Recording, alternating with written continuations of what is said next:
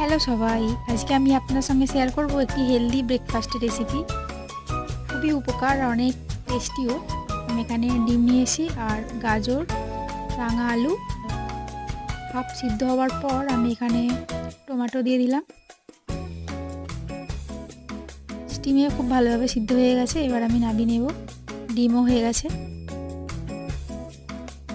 এইভাবে প্লেটে সাজিয়ে নেব। প্রথমে রাঙা আলু দিয়ে নিচ্ছি, তারপর গাজর, টমেটো, প্রত্যেকে বিটরুট আমি কাঁচা রেখেছি, কুচি করে রেখেছিলাম, ছড়িয়ে দিয়েছি। কাঁচা লঙ্কা, ডিম যে সিদ্ধ করেছিলাম সেখান থেকে এভাবে কেটে নিয়েছি। পাতিলেবুর রস দিয়ে দিলাম, হালকা পিঙ্ক সল্ট ছড়িয়ে দিয়েছি। ব্যাস রেডি। আপনারা অবশ্যই তৈরি করবেন, অনেক হেলদি।